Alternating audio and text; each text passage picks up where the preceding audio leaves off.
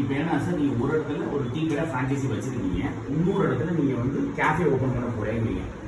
ரெண்டுமே டீ கடையா இருந்தாலும் தப்பு கிடையாது. இந்த எக்ஸாம்பிள் வந்து நமக்கு வந்து இங்க வந்து எங்களோட என்ன சொல்றது, டிபி ரோடு இருக்குங்க கோயம்புத்தூர்ல.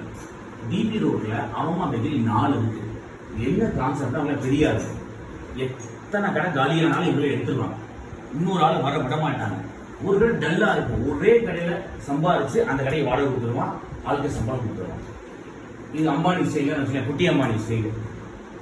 இப்ப என்ன சார் ஒரு இருக்கு, கேர் பைக்ஸ் 2 இருக்கும். ஒரு கேர் பைக் சூப்பரா சேல்ஸ் ஆகும், அதே கேர் பைக்ஸ் இன்னொரு பக்கம் பஸ் ஸ்டாப் பின்னாடி இருக்கு, பெரிய கூட்டம் இல்ல. ஆனா அந்த இடத்துல விட்டாங்கன்னா வேற எவனா வந்து கிளப்பிடுவான்.